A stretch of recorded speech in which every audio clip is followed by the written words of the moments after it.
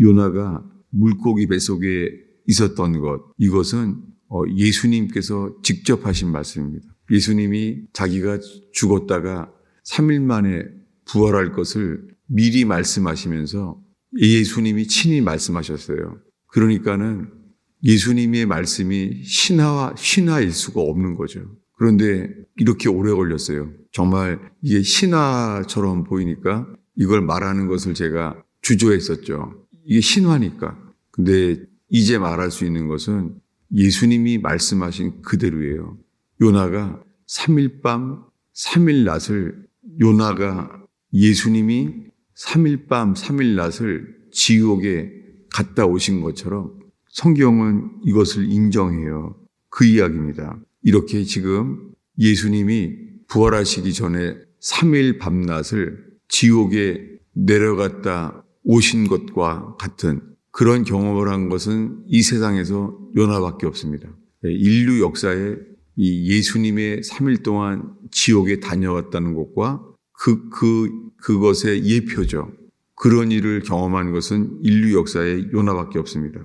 그래서 요나는 선지자예요. 그런데 이 3일 밤낮을 그는 물고기 뱃속에 있습니다. 그래서 그 앞에 1장 17절에 보면은 요나가 밤낮 3일을 물고기 뱃속에 있으니라. 성경이 이렇게 기록되어 있습니다. 3일 밤낮을 물고기 뱃속에 있었어요. 큰 물고기겠죠. 그 큰 물고기의 뱃속이니까 요나가 물에 던져졌을 때 숨이 끊어질 만한 거죠. 그런데 그 사이에 여호와 하나님께서 큰 물고기를 준비했다는 거예요.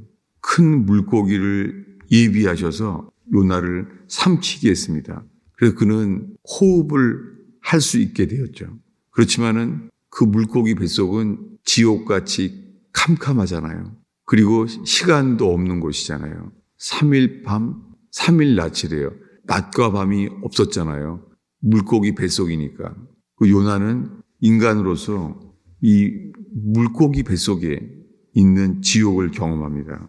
그래서 근데 그는 기도합니다. 2절에 기도하기를 내가 수월의 뱃속에서 부르짖었더니 자신의 경험을 이렇게 말하는 거예요. 주님께 내가 수월의 뱃속에서 큰 물고기 뱃속이라고 하지 아니하고 자기의 경험이죠.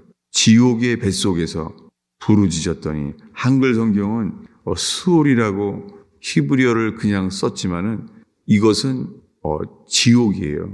지옥의 뱃속에서 부르짖었더니 주께서 내 음성을 들으셨나이다. 놀랍게 이 큰 물고기 뱃속에서 있는데도 요나의 음성을 들으시는 전능하신 하나님.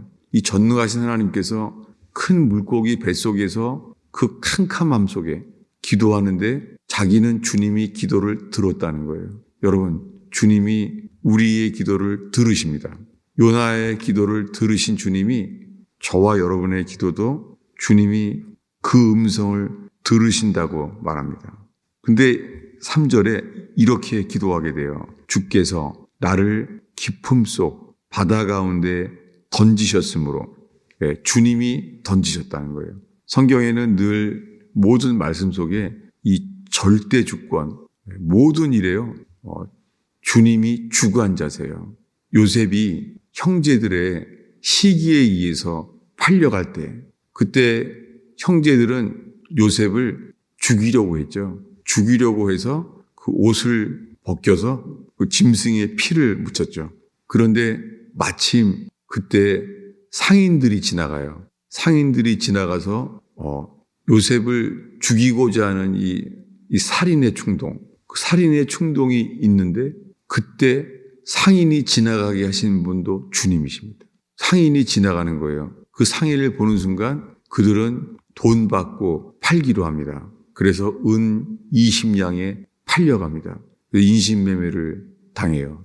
형제들에게. 근데 죽이려고 했던 그의 마음을 돈 받고 팔게 만드신 분도 주님이십니다. 그들은 자기네가 하는 줄 알았죠. 죽이려고 했다가 저 꿈꾸는 자가 오는도다. 죽이려고 했는데 살게 하신 분도 주님이십니다. 여러분, 죽고 사는 것이 주의 손에 있습니다. 주님은 사람을 찾으세요. 그것은 뭐냐면 모든 삶의 영역 속에요. 주님의 주권을 인정하는 사람을 찾으세요. 근데 지금 읽은 말씀에 요나가 주님의 주권을 인정하는 기도를 해요. 뭐라고요? 3절에 있는 거죠. 3절 앞에 주께서 나를 깊음 속 바다 가운데 던지셨으므로. 다윗은 시편 40편에 이렇게 말합니다. 기가 막힌 웅덩이와 수렁에서 건지셨다는 거예요. 다윗 생각에는 이제는 죽었구나. 내가 나올 수 없는 웅덩이, 인간의 힘으로는 절대 나올 수 없는 웅덩이, 그곳에 있었다는 거예요. 내가 기가 막힐 웅덩이와 수렁에서 건지신 주님. 여러분, 우리가 뭔가 노력을 해야 되지 않나. 노력을 하게 되죠. 노력을 하게 되지만 그 노력하게 하는 은혜를 주신 주님. 기도를 하게 하신 주님. 여러분, 우리의 삶 속에 시작과 끝이 주님의 이끄심, 주님의 주권 아래에 있는 삶 되기를 축원합니다. 지금도 주님은 이 새벽에 사람을 찾으십니다. 그것은 뭐냐면 주님의 행하심과 주권을 인정하는 사람이에요. 놀랍게 그의 기도가요, 어디를 향하냐면은 성전을 향해요. 4절을 읽겠습니다. 내가 말하기를 내가 주의 목전에서 쫓겨났을지라도 다시 주의 성전을 바라보겠다 하였나이다.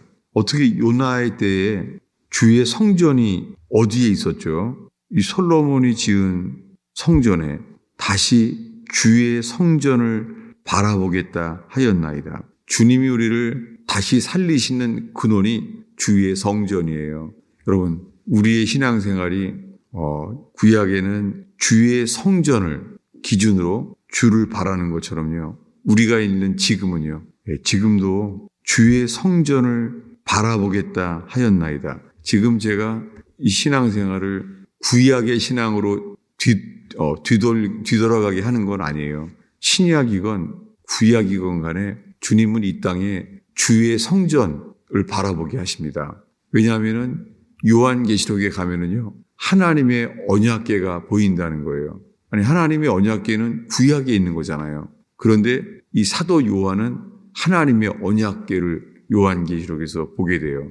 그러니까 주님의 것은, 주님의 진리는요, 현재, 과거, 미래가 없어요. 주님의 것은 영원해요. 여러분, 우리의 삶이 현재, 과거, 미래를 통하여 영원한 진리를 붙잡는 저와 여러분 되기를 축원합니다. 이 요나는 산의 뿌리까지 내려갔다는 거예요. 땅이 빗장으로 나를 오랫동안 막았다는 거예요. 그 3일 밤, 3일 낮, 그 3일이 오래도록 막았다는 거죠.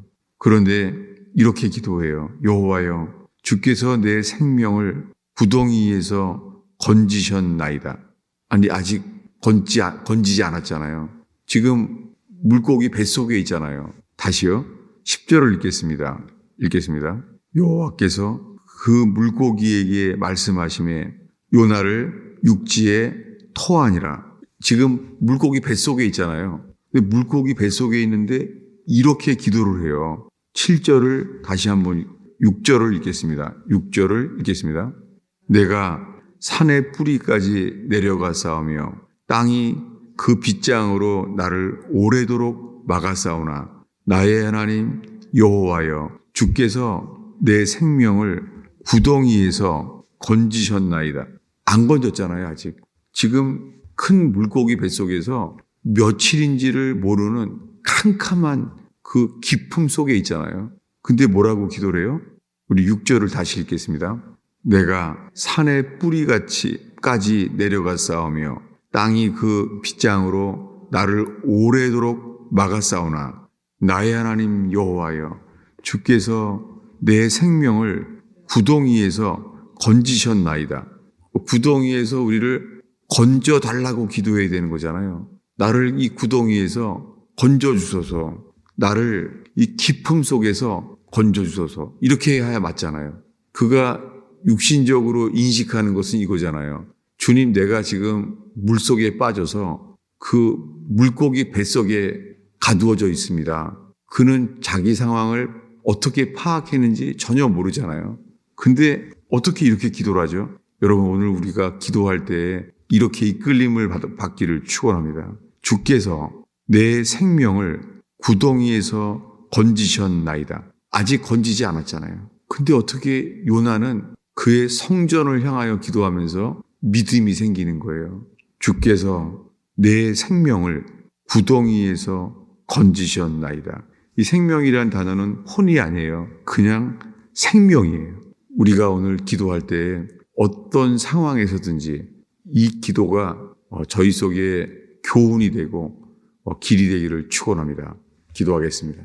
예수님, 이 새벽에 기도하러 나온 영혼들을 오 주님, 당신의 손을 얹으시사 주님, 요나의 기도를 이끄신 주여, 부족한 저희들의 긍휼, 주님 저희의 기도를 이끄시며 주의 긍휼 가운데 이끄시옵소서. 저희의 삶이 우리의 노력이 아니라 주님의 긍휼 가운데 인생이 빚어지게 하옵소서.